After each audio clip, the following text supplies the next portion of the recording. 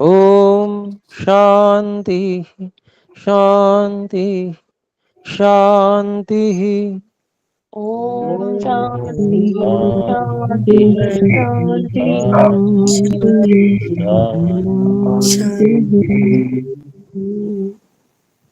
नमस्ते आचार्य जी। जी सादर नमस्ते। योग दर्शन के द्वितीय साधन पाद के 34 सूत्रों को हम पढ़ चुके हैं। यहाँ तक कोई शंका हम में से पूछना चाहें तो पूछ सकते हैं।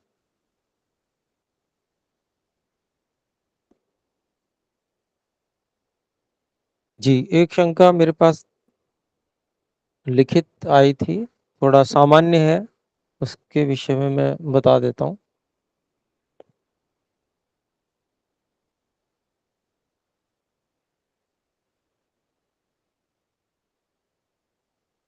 जैसे उसमें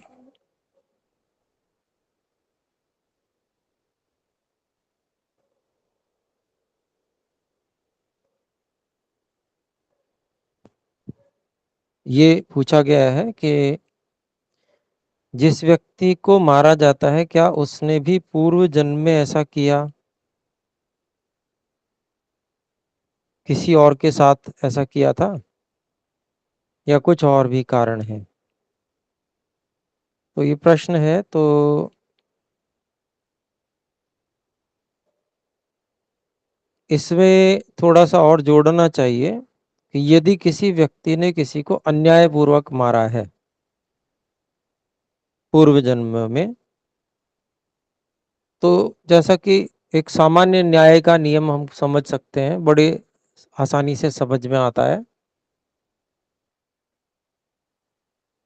जितना कर्म उतना फल, जैसा कर्म वैसा फल।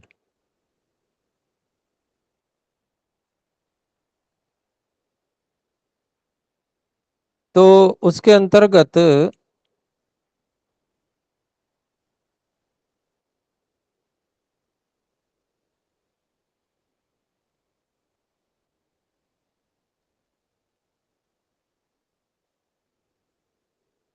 जिन परिस्थितियों में परमात्मा एक व्यक्ति को जन्म देंगे, नया जन्म देंगे, उसमें वो संभावनाएं निश्चित रूप से सम्मिलित होंगी जहां पर मृत्यु भय होगा।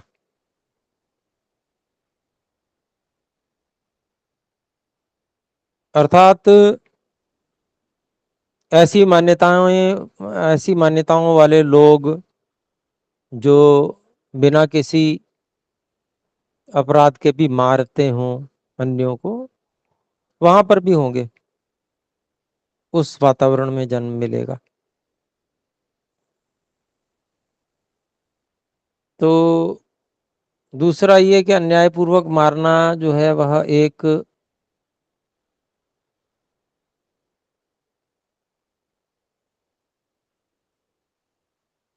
शारीरिक कर्म है, मतलब प्रत्यक्ष वैसा किया हुआ कर्म है। तो ये भी हो सकता है कि पहले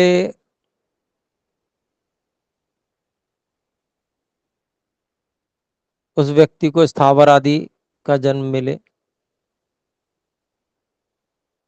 स्थावर आदि का जन्म मिलकर उसके कुछ कर्म कट जावे,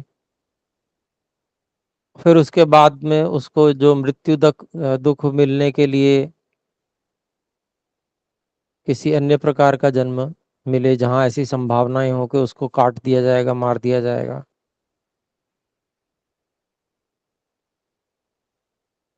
तो ऐसा कुछ संभव है कि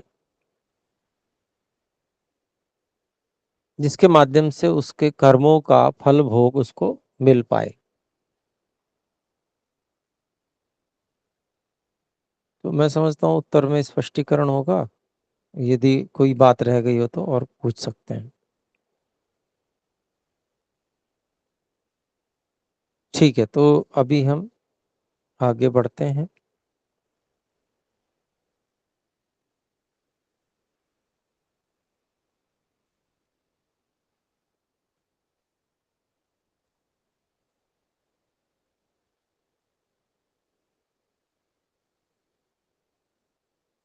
सूत्र संख्या 35 है। इसकी अवतरणिका है प्रतिपक्ष भावना हेतोर्हेया वितर्का यदा अस्य स्युरप्रसवधर्माणः तदा तत्कृतम् ऐश्वर्यं योगिनः सिद्धिसूचकं भवति तद्यथा।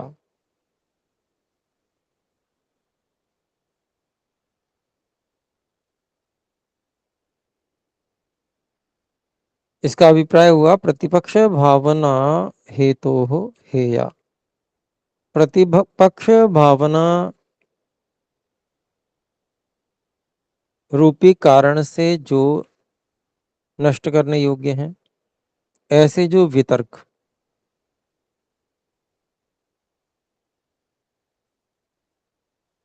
यदा अस्य अप्रसव धर्माणः स्युः, जब इस योगी के ऐसे वितर्क अप्रसव धर्म वाले हो जावें। अप्रसव धर्म वाले मतलब प्रसुप्त हो जावें, उठ नहीं पाए वो वितर्क फिर अब उठ नहीं पा रहे हैं, सच सो गए हैं। तदा तब तत्कृतम ऐश्वर्यम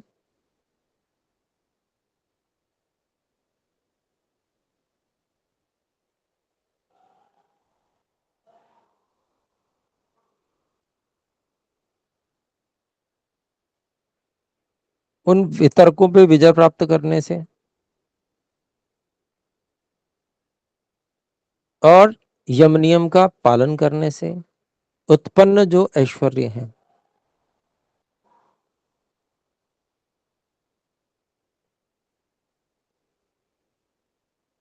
वह योगी के सिद्धि सूचक होते हैं। यानी कि योगी उस यम रूपी व्रत को पालन करने में बिल्कुल परफेक्ट हो गया है, इसको सिद्धि कहेंगे। तो उसकी सिद्धि, उसकी परफेक्टनेस को बताने वाले ये जो ऐश्वर्य होते हैं, उदाहरण के लिए वो बता रहे हैं। 35वां सूत्र है अहिंसा प्रतिष्ठायाम तत्सन्निधौ वैर त्यागः। अहिंसा की प्रतिष्ठा हो जाने पर अर्थात व्यक्ति इस व्रत का पालन करते हुए इतना परफेक्टली काम करता है, अर्थात इतना वैर त्याग इसका इतना अच्छे से हो जाता है, मन से सबके प्रति वो वैर त्याग मन से रखता है। तो ऐसा जो है प्रतिष्ठित हो जाने पर, अर्थात वो कर पा रहा है पूरी तरह से, कोई वितर्क उसके सामने किसी भी तरह से उपस्थित नहीं हो रहा है, वैर भाव का पूरी तरह से त्याग कर पा रहा है,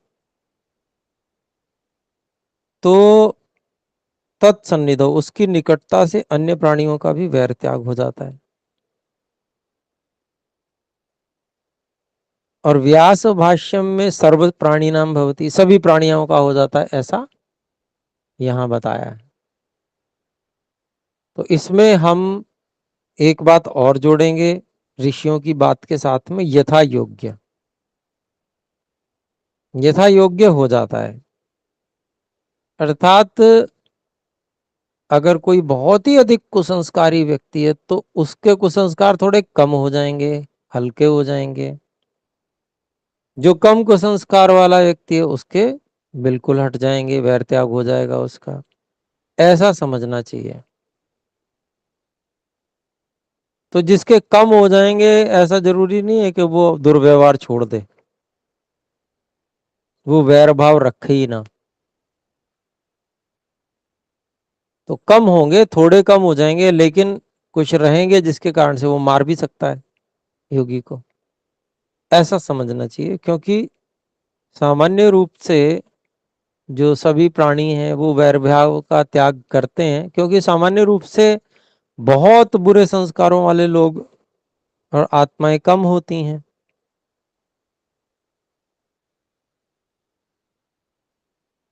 तो अधिकांश का वैर त्याग उसकी निकटता से हो जाता है। परंतु सब सर्वकाल में ऐसा नहीं है कि बहुत बुरे संस्कारों वाले लोग कम हों। आजकल ज्यादा भी हैं, मतांध लोग हैं, बहुत ज्यादा हैं। उनकी अहिंसा नहीं छूटेगी, मार डालेंगे। उसका उदाहरण जो है, कितने ही बिल्कुल जो किसी के प्रति कोई वैरभाव नहीं रख रहे थे, ऐसे साधु संतों को जैन जो लोग होते हैं उनको भी इन जो मुगल आक्रांताओं ने भयंकर रूप से काट डाला। ध्यान करते हुओं को सर धड़ से अलग कर दिया। तो वैर त्याग नहीं हुआ तभी तो कर दिया। ऐसे ही ऋषि पाणिनि जी के विषय में एक श्लोक आता है कि उनको शेर ने मार दिया, भूखे शेर ने खा लिया इत्यादि। तो अभिप्राय क्या हुआ कि ये इस बात पर निर्भर करता है कि व्यक्ति के स्वयं के संस्कार कैसे हैं। तो इसीलिए यथा योग्य ये शब्द जोड़ना भी आवश्यक है। यह 100% नहीं है ऐसा कि वैर त्याग हो जाएगा।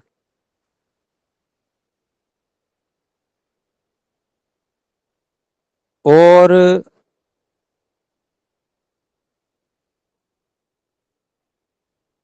वैर त्याग होने के बाद भी कोई व्यक्ति कर्तव्य मान करके मुझे इसे मारना ही चाहिए और मिथ्या ज्ञान में हो तब मारेगा, तो ऐसा भी कहा जा सकता है। लेकिन उस स्तर का व्यक्ति जो मिथ्या ज्ञान में है, वो वैर त्याग के स्तर पे नहीं आ पाना चाहिए, ऐसा लगता है।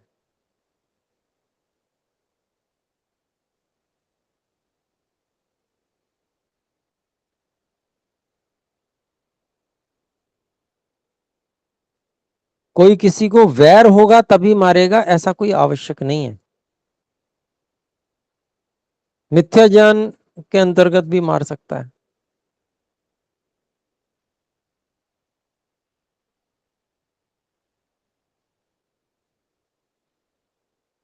तो कुल मिला के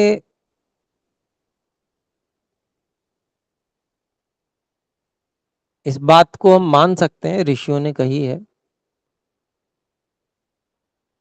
एक ऋषि ने कही है, दूसरे ऋषि ने उसको भाष्य में बताया है। तो बिल्कुल निश्चित रूप से इसको मानना चाहिए, मानते भी हैं हम। लेकिन थोड़ा सा इसमें हम उदाहरणों को देख के यथा योग्य ये शब्द और जोड़ेंगे, अपने सही सही ठीक बात समझने के लिए, जिससे कि कहीं हम गलत फहमी में या किसी उसमें रहकर और फिर ईश्वर के दिए हुए इस उत्तम साधन का नाश न कर बैठे। तो उचित रूप से उस किसी भी बात को समझना यह आवश्यक है। तो आगे बढ़ते हैं। देखिए,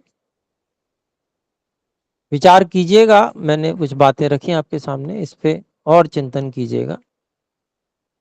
और फिर कोई शंका हो तो फिर अगली कक्षा में अवश्य आप रखिए। 36वां सूत्र है, सत्य प्रतिष्ठायाम क्रिया फलाश्रयत्वम। सत्य की प्रतिष्ठा हो जाने पर, यानी कि व्यक्ति इतना अभ्यास करता है कि उसके सत्य से विरुद्ध वितर्क जो है वो नहीं उठते, कि सत्य के विरुद्ध मैं झूठ बोल दूं इत्यादि। विचार ही नहीं आता कि झूठ बोलने का, बिल्कुल स्वभाव से सत्य का ही प्रयोग करता है, अर्थात परीक्षण करके ही बोलता है। जो सत्य बोलेगा ना, वो बिना परीक्षा के नहीं बोलेगा। जहां बिना परीक्षा के बोलना होगा तो वहां यूं वैसा ही कहेगा कि संभव है कि ऐसा हो। जैसे कोई व्यक्ति कहीं से आया तो उससे पूछा वहां पर वो व्यक्ति है क्या, तो वो बताएगा कि भाई देखो, जिस समय मैं वहां से चला था तब तो वो वहीं था, अब इतनी देर में उसको मैं बांध के थोड़ी आया था उसको कि वो वहीं पर होगा, या बांधा भी तो कोई खोल सकता है इत्यादि। तो अभिप्राय ये है कि सत्य बोलने वाला व्यक्ति जैसी स्थिति है वैसा ही सावधानी पूर्वक परीक्षा पूर्वक बोलता है। उसके लिए उसमें कोई वितर्क नहीं होता, इतना अभ्यास में आ जाता है, वितर्क जो है वो प्रसुप्त हो जाते हैं। तो ऐसे सत्य की प्रतिष्ठा, सत्य का पूरी तरह से अभ्यास हो जाने पर इसमें हम मन में भी जिस धारणा को, जिस मान्यता को धारण करना, उसको भी ले सकते हैं कि वहां पर वो व्यक्ति ऐसे ही किसी चीज को मान नहीं लेगा, मानकर अपनी मान्यता नहीं बना लेगा, प्रमाणों से परीक्षण करके ही किसी चीज को मानेगा। किसी ने कहा और मान लिया, यूं नहीं होगा। तो वो सत्य की प्रतिष्ठा है। और उसका जो इस स्थिति ये स्थिति आ जाएगी जिस व्यक्ति की, तो क्रिया फल आश्रयत्वम, ऐसे व्यक्ति के द्वारा की गई क्रिया फल के आश्रय वाली हो जाती है। अर्थात वो जो कुछ भी करना चाहेगा करेगा, वो सफल होगा।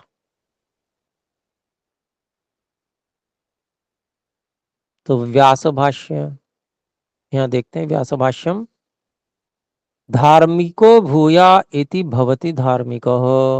किसी को धार्मिक बनाना चाहता है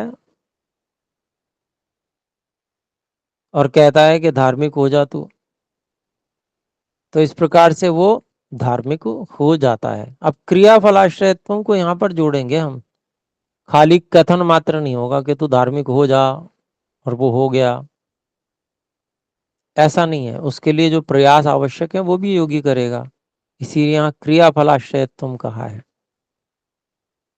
फिर है स्वर्गम प्राप्नुहि इति स्वर्गम प्राप्नोति, सुख विशेष को प्राप्त कर ले तू। इस प्रकार से वो जिसको जिसके लिए कहता है वैसे स्वर्ग अर्थात सुख विशेष को व्यक्ति प्राप्त कर पाता है।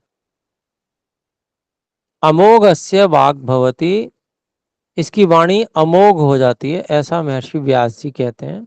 यद्यपि ऐसी बात कहीं जो महर्षि पतंजलि जी सूत्र में कह रहे हैं उससे सीधी सीधी प्रतिध्वनित नहीं होती है। पुनरअपि जो ऋषि हैं वो जो बात निकलती होती है उसी को सामने लाते हैं। तो इसलिए इसको ऐसा मान सकते हैं कि इसकी वाणी अमोघ हो जाती है, लेकिन हम उसमें बीच में इस चीज को जोड़ेंगे कि उसके प्रयास भी उस तरह के रहते हैं, केवल वाणी से नहीं शरीर से भी, कि वो जिसके प्रति जो बात कहेगा पहले तो उसके लक्षणों को देख के कहेगा कि वो उन लक्षणों से युक्त है अथवा नहीं, और फिर वो उसके लिए कुछ ना कुछ उस तरह का उपदेश आदि प्रयास और उसका मार्ग प्रशस्त करने के लिए उस दिशा में भी प्रयास अवश्य करेगा, तभी ऐसा पूरी तरह से संभव होगा, ऐसा समझना चाहिए। नहीं तो महर्षि पतंजलि जी का यहाँ पर क्रिया फल आश्रयत्वम ऐसा लिखना सार्थक नहीं हो पाएगा। क्रिया शब्द का जो वास्तव में अर्थ है उसको भी अपने को अभिधा से भी ग्रहण करना चाहिए, ऐसा अपने लोगों को समझ के चलना चाहिए। तो ये इसलिए मैं कह रहा हूँ कि हम सीधा सीधा पढ़ते हैं, और जब हम भाष्य पढ़ते हैं तो हम सूत्र के साथ में संबंध बैठाना भूल जाते हैं, छोड़ बैठते हैं। तो ऐसा नहीं होना चाहिए, सारी चीजें साथ में समझकर फिर हमें उसको सही सही और व्यवहारिक भी, व्यवहार के साथ भी हमको संबंध जोड़ के विचार करना और फिर उसके बाद सही अर्थ समझना चाहिए।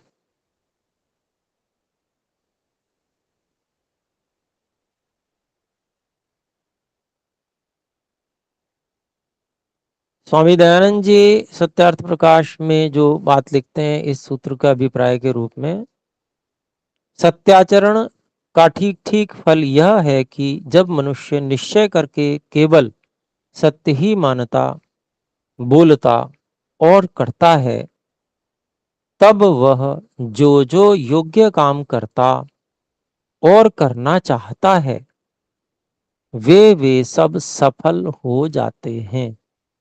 अब यहाँ पर देख रहे हैं क्या लिखा है महर्षि दयानंद जी ने, जो जो योग्य काम करता और करना चाहता है वे सब सफल हो जाते हैं। तो जो सत्य को मन, वाणी और शरीर से धारण करता है वो कभी, जो झूठ बात है उसके लिए ये बात कह ही नहीं सकता, अर्थात जो संभव नहीं है उसके लिए ये बात कह ही नहीं सकता है कि ऐसा हो जाए। जो संभव होगा उसी के लिए कहेगा।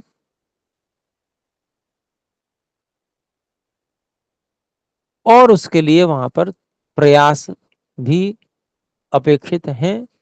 तो वो सफल हो जाते हैं। प्रयास जो जो करता है, प्रयास भी करेगा वो निश्चित रूप से, जो सच्चा होगा ना।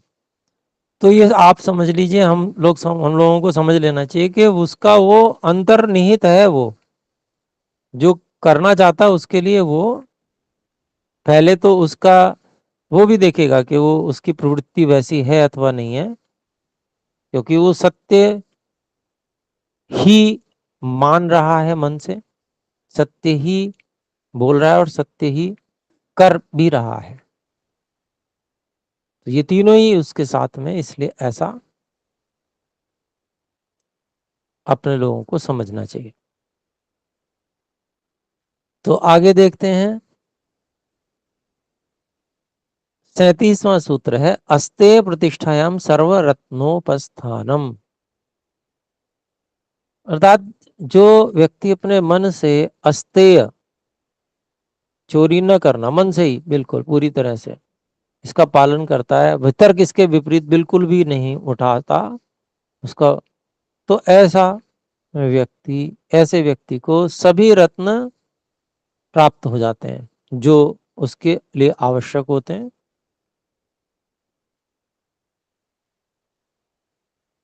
तो इसके भाष्य में लिखते हैं महर्षि व्यास जी, सर्व दिक् स्थानी अस्य उपस्तिष्ठन्ते रत्नानि। तो सभी दिशाओं में स्थित जो रत्न है वो इसके पास में उपस्थित हो जाते हैं। सब पदार्थ, उत्तम पदार्थ इसके पास में उपस्थित हो जाते हैं।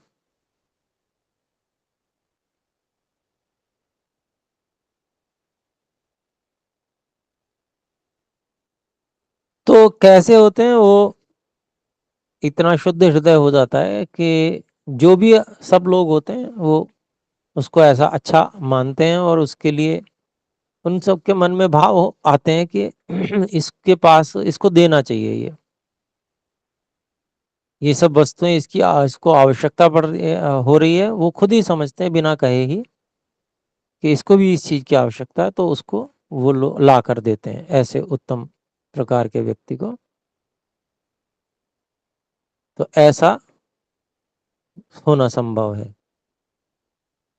महर्षि दयानंद जी लिखते हैं, जब मनुष्य अपने शुद्ध मन से चोरी के छोड़ देने की प्रतिज्ञा कर लेता है, अब ऐसा करता भी है ऐसा समझने, तब उसको सब उत्तम पदार्थ यथा योग्य प्राप्त होने लगते हैं। तृष्णा भी छूट जाती है ना उस समय कि भाई मुझे ये मिल जाए, मुझे वो मिल जाए। जिसकी तृष्णा छूट जाती है उसको सब चीजें इस प्रकार से शुद्ध मन होने के कारण से सब लोग अच्छा समझते हैं, इसलिए प्राप्त होने लगते हैं। 38वां सूत्र है ब्रह्मचर्य प्रतिष्ठायाम वीर्य लाभ। ब्रह्मचर्य जो उपस्थेंद्रिय का संयम है, जैसा कि बताया गया था, तो अगर वो प्रतिष्ठित हो जाता है, अर्थात उसके विपरीत वितर्क उठाना व्यक्ति छोड़ देता है, अर्थात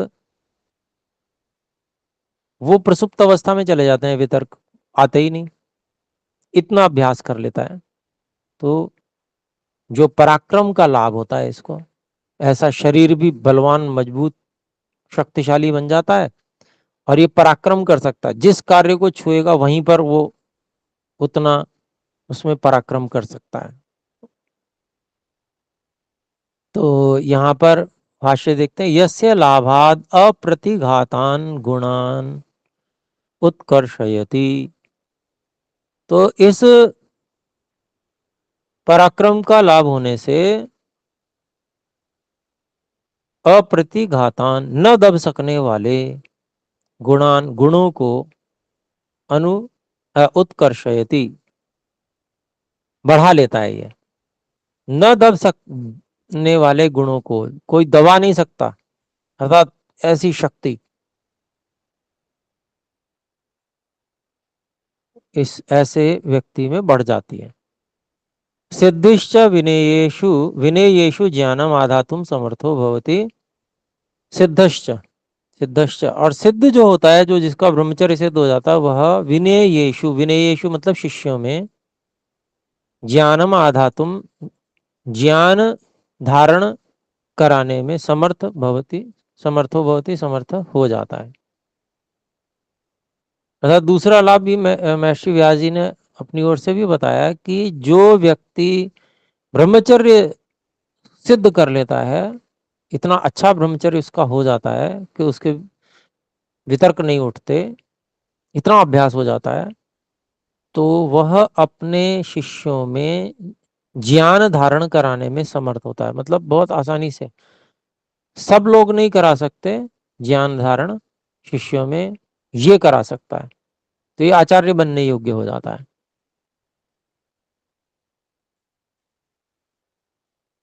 तो ये छोटे छोटे से सूत्र हमने लिए। अगला सूत्र थोड़ा बड़ा है और अभी समय भी हो चुका है, तो अभी इसको अगली बार लेंगे। तो आइए एक बार ओम का उच्चारण करें, विचार करें, और शंका कोई हो तो रख सकते हैं।